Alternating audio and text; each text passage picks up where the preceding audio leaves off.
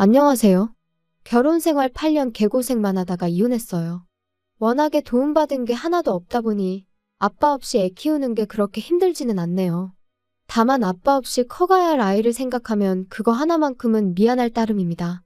부모님이 육아를 도와주신다고는 하지만 여태까지 염치 없이 부모님 도움받아왔는데 이혼한 마당에 부모님 고생을 더 시키진 않으려고요. 제 결혼 생활은 시작부터 순탄치 않았습니다.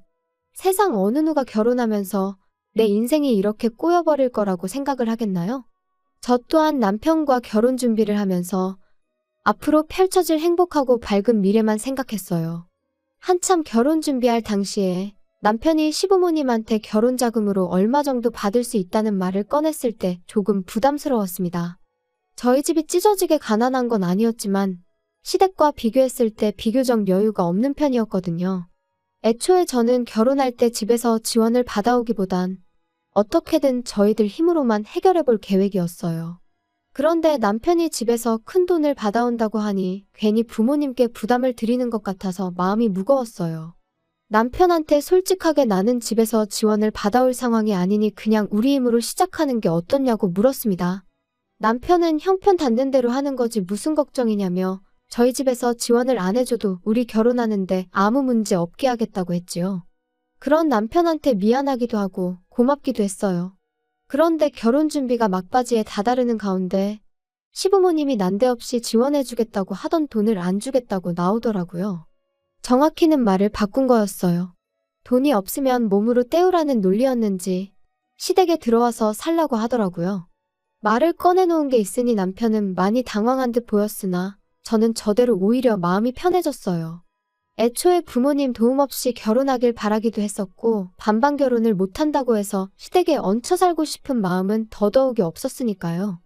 이 사실을 알게 된 저희 부모님께서 저한테 많이 미안해하셨어요. 빚을 내서라도 반반 결혼을 하는 게 어떻겠냐고 하셨는데 제가 빌리나 부모님이 빌리나 빌린 돈을 갚아야 하는 건 똑같으니 그럴 필요 없다고 했습니다. 돈을 못 해주신 대신 부모님께서 회사 다니는 저를 대신해 부동산 여기저기 돌아다니면서 신혼집으로 괜찮은 매물을 몇 개 알아와 주셨어요. 그렇게 직장인 전세대출을 받아서 모자란 돈을 메꾸고 신혼집을 구해 결혼을 하게 되었습니다. 신혼여행은 해외로 다녀오려고 했는데 상황이 이렇게 되는 바람에 그냥 국내로 짧게 다녀왔어요. 어쩌다 보니 친정집하고 거리가 가까운 위치라서 저희 집에서 반찬도 이것저것 해다 주시고 결혼 생활하면서 친정 도움을 톡톡히 보았죠. 아이 태어나면서 오며 가며 아이도 봐주시기도 했고요. 결혼 생활 1년 후에 아이를 갖게 되었어요. 전세 생활 청산하고 자가로 이사 가려면 아직도 돈을 더 모아야 하는 상황이었지만 돈 없다고 아이 없이 살고 그럴 생각은 아니었거든요. 친정어머니가 도와주시면 출산하고 복직도 바로 할 수 있었으니 나름대로 계획이 다 있었습니다. 아이 태어나고 나서 딱 2달 몸추스르고 친정어머니 도움받아 바로 출근을 했어요. 괜히 남편 외벌이 시켰다가 행여라도 남편이 너 때문에 시댁 지원 포기하고 나 혼자만 힘들게 일한다고 생각할 수 있으니까 휴식은 저한테 사치나 마찬가지였죠. 정확히 아이 태어나기 전까지 시댁에서는 그 어떤 간섭도 하지 않았습니다. 지금 생각해보면 아마 아이 태어나고 나서 사는 게 힘들면 뒤늦게라도 시댁으로 기어들어올 거라고 생각했었던 것 같네요. 개고생하다가 정신 차리면 시댁에 도와달라고 기웃거리진 않을까 싶었나 봐요. 그런데 저희가 생각보다 잘 살고 친정어머니 덕분에 바로 복직해서 맞벌이하면서 잘 살고 있으니까 심술이 났던 거죠. 그러니까 언젠가부터 시어머니가 저희 생활에 간섭을 하기 시작했어요. 친정이랑 가까이 산다고 시댁은 아주 거들떠도 보지 않느냐며 이틀 3일에 한 번꼴로 전화를 해서 잔소리를 하기 시작했죠. 그전까지는 시댁에 간다고 연락이라도 하면 같이 살기 싫어서 집 나가 사는 것들이 뭐가 좋다고 우리 집에 올 생각을 하냐며 오지 말라고 했던 사람이 말을 싹 바꿔서 저희가 친정만 챙기고 시댁을 소홀히 하는 것처럼 말하니 어이가 없더라고요. 남편과 상의 후에 2, 3주에 한 번은 무조건 시댁에 다녀오기로 했어요. 매주 시댁에 다녀오는 건 사실상 불가능한 일이고 한 달에 한 번은 너무 뜨문뜨문 가는 게 아닌가 싶어서 그렇게 정했던 겁니다. 그렇다고 저희가 시댁에 간다고 해서 시어머니가 저희를 반겨주거나 한 적은 한 번도 없어요. 아들이랑 손자는 애틋하니 그나마 이뻐해 주셨지만 저는 항상 찬밥 신세였지요. 처음 시댁에 갔을 때 빈손으로 갔다고 욕도 엄청 먹었어요. 시댁에 방문하는데 며느리란 게 어떻게 껌 한 통도 안 사들고 올 수가 있냐면서 친정부모님 거들먹거리면서 예의가 어쩌고 집에서 그렇게 가르치더냐 저쩌고 하면서 타박을 해왔습니다. 친정에서는 저희 어떻게든 뭐 하나라도 아끼게 해주고 싶어서 반찬도 이것저것 챙겨주시고 그랬는데 시댁은 저희한테 항상 무언가를 바라기만 했어요. 시어머니 눈에는 제가 그냥 합가해서 같이 살기 싫어서 아들 꼬셔 집 나가 살고 있는 나쁜 년으로 보였겠지요. 바보 같게도 저는 어떻게든 시어머니 마음을 돌려야겠다고 생각했고 그러려고 애를 많이 썼습니다. 시댁 갈 때마다 시어머니가 좋아한다는 계절과일이며 제철 음식들 사들고 가고 그랬습니다. 시어머니가 몸이 허한 것 같다 하면 한약도 몇 첩 지어서 가고 그랬어요. 맞벌이를 하고 있긴 했지만 2, 3주에 한 번씩 시댁에 가는 게 부담이 될 정도였지요.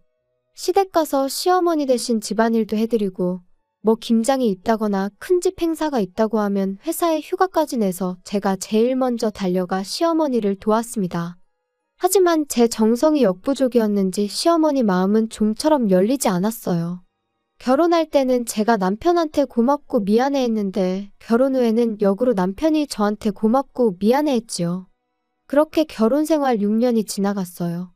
시댁에 시달려가면서도 열심히 일하고 아끼고 모아서 집을 사게 되었습니다. 대출이 더 늘어나긴 했지만 요즘 애들이 집이 전세면 전세인 대로 아파트가 구리면 구린 대로 그걸 가지고 편을 가르고 놀리고 그런다는 뉴스를 보니 무리를 안 할 수가 없었네요. 그래도 저희 나름대로 행복했는데 큰 사건이 하나 터지고야 말았습니다. 시어머니가 평소보다 더 공격적으로 변하기 시작했어요. 처음에는 저희가 이제 번듯한 집까지 갖게 되었으니 그게 열받아서 저한테 더 모질게 하는구나 싶었는데 가만 보니 했던 말을 자꾸 또 하는가 하기도 하고 뭘 자꾸 깜빡깜빡 하기도 했어요. 시어머니랑 좋은 사이는 아니지만 TV 프로에서 봤던 치매 증상에 대한 내용이랑 거의 맞아떨어지는 부분이 많아서 걱정이 되더라고요. 시어머니는 물론이고 신우랑 아버님, 남편한테도 어머님 병원 한번 다녀와야 하는 거 아니냐고 물어봤는데 다들 하나같이 멀쩡한 사람을 치매 환자로 만드냐며 뭐라고 했었어요. 하지만 날이 갈수록 제가 알고 있던 증상과 똑같은 행동들을 반복하시니 억지로라도 제가 모시고 다녀와야겠다는 생각이 들더라고요. 그리고 우려했던 일이 실제로 벌어지고 말았습니다. 시어머니는 치매를 앓게 되신 거였어요.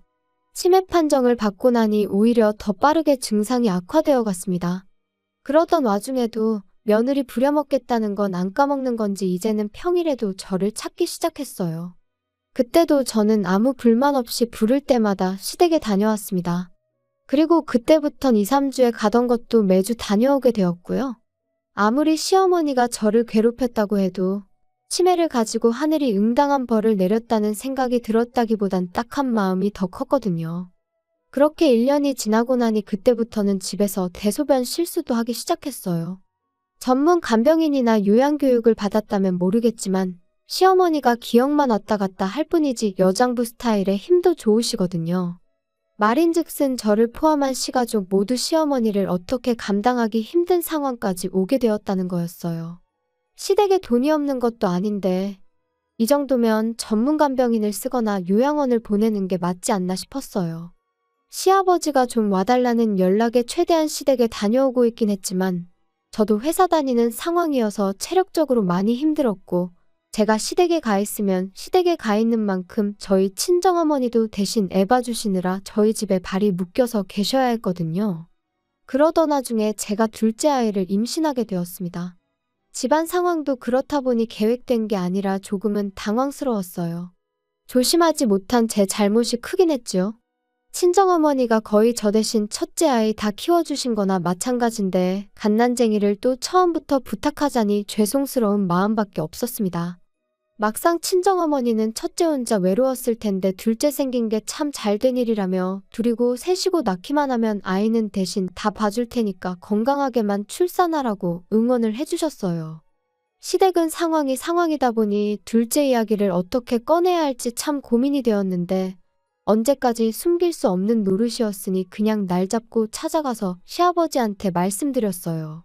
단도직입적으로 둘째가 생겼기 때문에 이제 시댁 와서 시어머니 돌봐드리는 거는 못할 것 같다고 했죠. 그런데 돌아온 시아버지 답변이 정말 예상도 못한 답변이었습니다. 친정에서처럼 둘째 아이 생긴 거 축하한다는 말까지 바란 건 아니었는데 애 가진 거랑 집사람 돌봐주는 거랑 무슨 상관이냐며 잔머리 쓰지 말고 주말에는 시댁 와서 집사람 돌봐주라는 대답을 들었기 때문이에요. 평소에는 말대답 해본 적 한 번 없는 저도 그냥 있을 수가 없더라고요. 애 가진 몸으로 회사 생활하면서 어떻게 시어머니까지 간호를 하겠느냐 물었더니 잔머리 쓰는 게 두 눈에 다 보인다고 그렇게 힘들면 회사 그만두고 시댁 들어와서 살라더라고요. 애초에 집사람 치매 걸린 게 너네가 안 들어와 살아서 그런 거라면서 아예 시어머니가 치매를 가진 이유를 저한테 덤태기까지 씌우는 겁니다. 하도 어이가 없어서 그렇게는 못하겠다 말하고 그냥 집으로 돌아와 버렸어요. 현관문 너머로 시아버지가 고래고래 소리를 지르는 소리가 들려왔는데 싹 다 무시해버렸습니다. 그리고 그날 저녁에 신우한테 전화를 받았어요. 신우도 좋은 소리 하나 안 하더라고요. 주말만 봐드리는데 뭐 그렇게 대단한 일 한다고 온갖 유세를 다 부리냐고요. 말이 주말만 봐드리는 거지.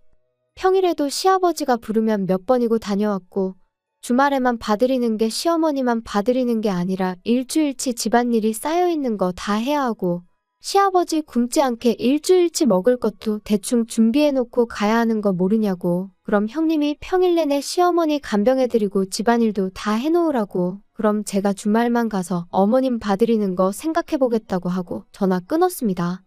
그런데 생각해보니 시어머니 문제로 시가족들한테 시달리고 있는 게 저라는 사실이 어이가 없더라고요.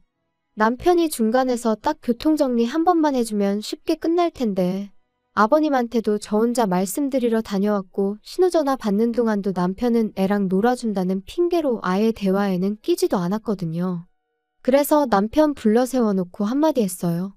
이럴 때 남편 역할이 뭐겠냐, 당신이 나서서 한마디 해줘야 하는 거 아니냐 했더니 이제 와서 남편이 자기 가족들 편을 들기 시작하더라고요. 다른 사람 일이면 자기가 가만히 있겠냐고. 그런데 다른 사람도 아니고 우리 엄마 일인데 어떻게 자식된 도리로 아픈 엄마를 내칠 수가 있겠냐고 뻔뻔하게 헛소리를 하는 거예요. 언제는 얼마나 챙겼다고 뻔뻔하게 내친다는 소리를 할 수 있느냐고 대번에 따져 물었어요. 우리 결혼생활 8년, 시댁에 왕래하기 시작한 지 6년 동안 당신이 시댁 가서 손가락 하나 까딱한 적이 있었냐고요. 시어머니 아프고 나서도 주말마다 가서 시어머니 케어하는 게 나였지 당신이 가서 뭐 하나 한 게 있느냐고 말이죠.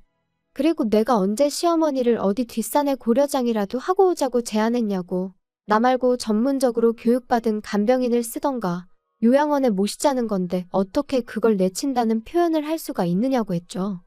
제 말이 틀린 게 없는데도 남편은 요양원에 모신다는 게 무슨 뜻이냐. 요양원 보낸다는 게 그냥 목숨만 부지시키는 거지 죽게 내버려 두는 거랑 다르게 뭐냐고요. 아픈 사람 집에서 꾸역꾸역 모시면서 마누라 고생시키는 건 괜찮은 거냐고 따졌더니 누가 가족 아니랄까봐 지 누나가 했던 말이랑 아버지가 했던 말을 아주 짬뽕시켜서 대답을 하더라고요. 주말만 가는 건데 뭐가 어렵냐느니 하는 말은 참을 수 있었는데 이참에 시댁 들어가서 살면 어떻겠냐는 소리 나올 때는 아무리 저라도 욕이 절로 나오더라고요. 여태 내가 하는 말을 뭐 귓구멍이 아니라 뒷구멍으로 들었냐고. 아무튼 나는 어머님보다는 아이가 더 중요하니 더는 간병 못하겠으니 그렇게 알라고 딱 잘라서 말했습니다. 하다 안 되니까 남편이 성질을 부리기 시작했죠. 그럼 아직 멀쩡한 우리 엄마를 요양원에 보내자는 거냐고. 이게 시어머니 일이니까 그러지. 친정엄마 일이었으면 똑같이 했겠냐고 발악을 하기 시작하는데 어이가 없었습니다.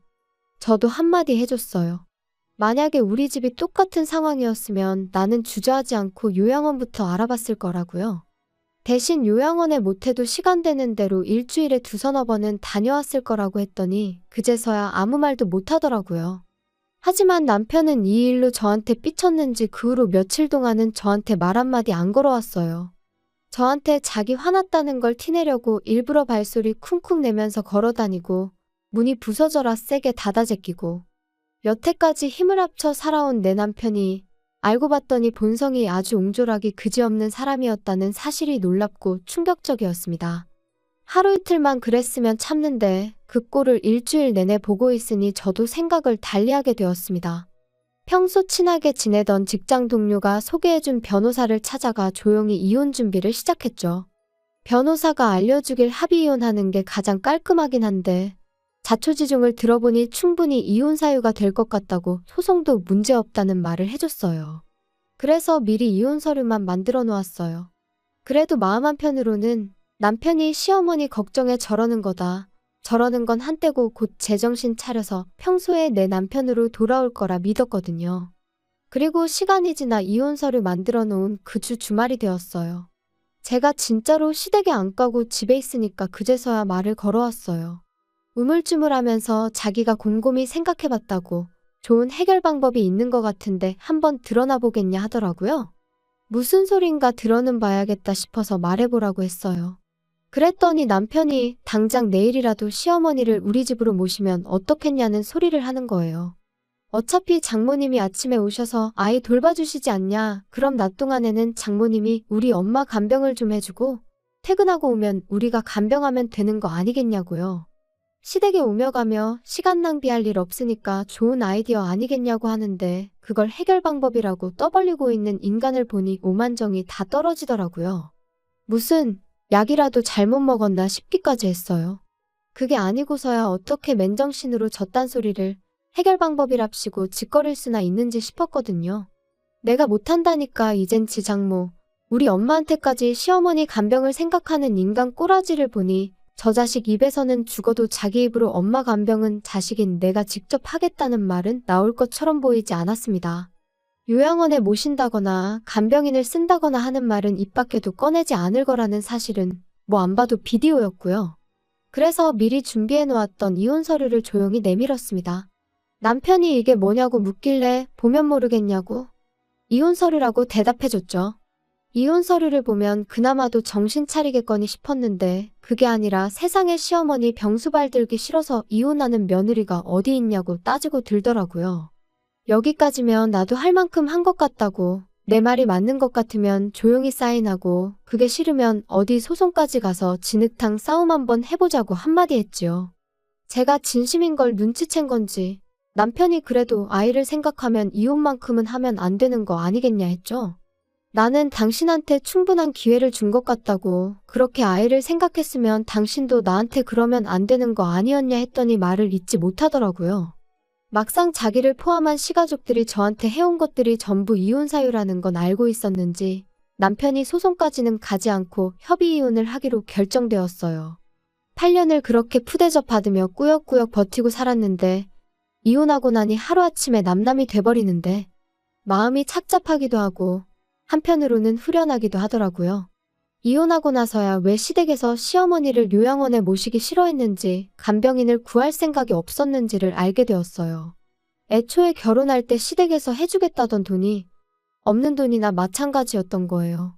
엄밀히 말하자면 저희 결혼할 때쯤에는 그 돈을 가지고 있던 건 사실이었는데 시어머니가 친하게 지내던 지인분한테 사기를 당하면서 그 돈을 전부 떼먹혔다고 하더라고요.